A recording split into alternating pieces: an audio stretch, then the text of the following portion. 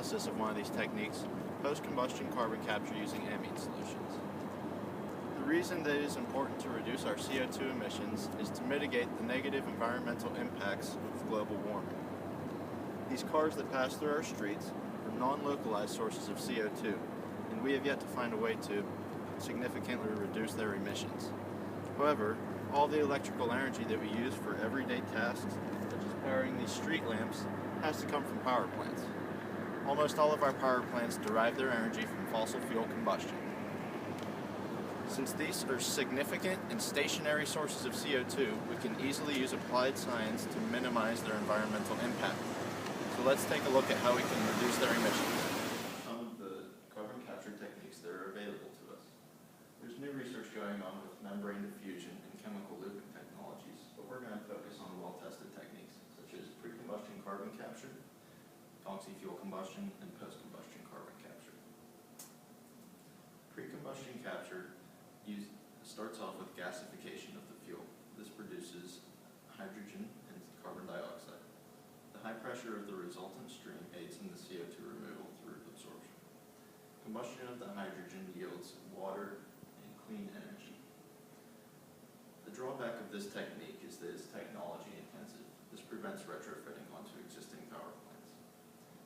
This technique is also incompatible with pulverized coal, which is a very significant source of energy. The next technique is oxy-fuel combustion, and it's a fairly simple process. Atmospheric air is uptaken into an air separation unit where nitrogen is separated from oxygen, and the oxygen is used to combust fuel, creating a high purity stream of CO2 and power. The CO2 can then be captured. A drawback of this technology is that it restricts airflow to the power plant and therefore may decrease the total power output of the plant.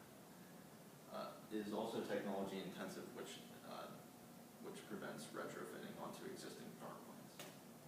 The last technique, and the technique that we will be examining for the rest of the presentation, is post-combustion capture. It utilizes typical combustion processes, and the flue gas has to be treated before it can enter the capture system. Absorption technology removes CO2 from the gas, which will be explained later. Drawbacks of this technology are that the degraded solution used in absorption has to be treated as hazardous waste, and there are slight energy penalties associated with the absorption process. This is a flowchart for the CO2 recovery process. The process starts with cooling the flue gas and then pressurizing with a blower in the absorption column. Flue gas and the lean amine are contacted, and CO2 is absorbed in the amine solution in the absorber. Rich amine is pumped into the cross heat exchanger, where exchange heat with the fluent fresh amine coming from the stripping column. Gas stream containing CO2 and water leaves from the stripping column to a condenser. Water is condensed and recycled back into the stripping column, and the CO2 is recovered. Three types of amines are used in this process: primary, such as MEA, secondary, such as DEA, and tertiary, such as MDEA. The primary amine is highly reactive with CO2. The disadvantage of that is that they're also more reactive with impurities, they're more corrosive and sensitive to degradation, and they require more energy in the reactions. The secondary and tertiary amines are less sensitive to degradation. They require less energy to release CO2. The disadvantage of that is that they also have a low reactivity with CO2. This is the comparison of the three types of amines. This table shows that the reaction rate of MEA is over 3 times higher than for the other types of amines.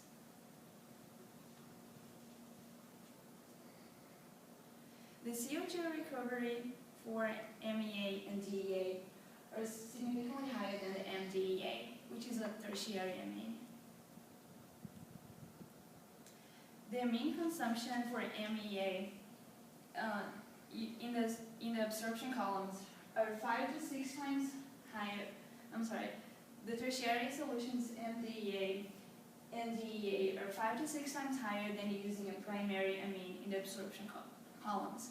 with no guarantee of being able to extract 90% of the incoming CO2, which is shown in this graph. Over the past decade, research has been conducted in order to improve CO2 capture. Several of these studies have focused on amine solution compositions, altering the concentrations of different blends in order to produce results that are cost-effective. Studies have been done on reducing the number of trays in the absorption column.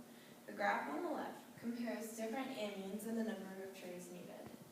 It was shown that MEA allowed for the largest reduction of trays, while the amine AMP had practically no effect. Another study was done on the absorption rate of CO2 with different amine-based solvents and amine blends.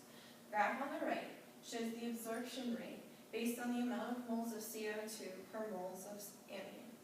It shows that at 5 molar concentration of MEA, which is represented by this top set of data points, produced the best results as compared to different mixtures of MDEA and various amines.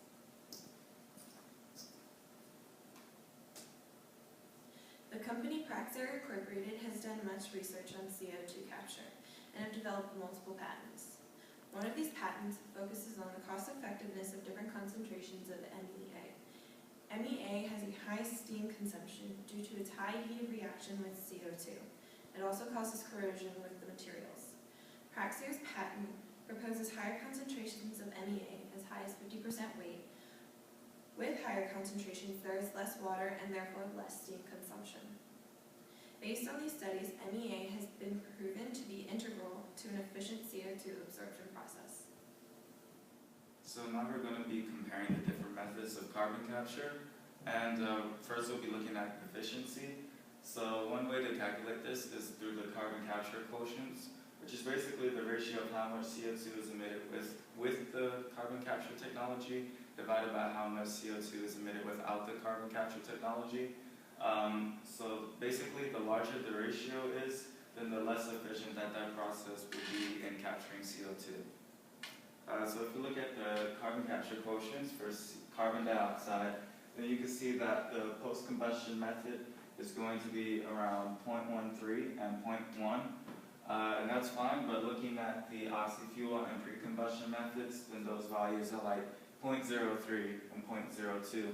So based on this table, it can be seen that the post-combustion method is actually the least efficient method to capture carbon dioxide effectively.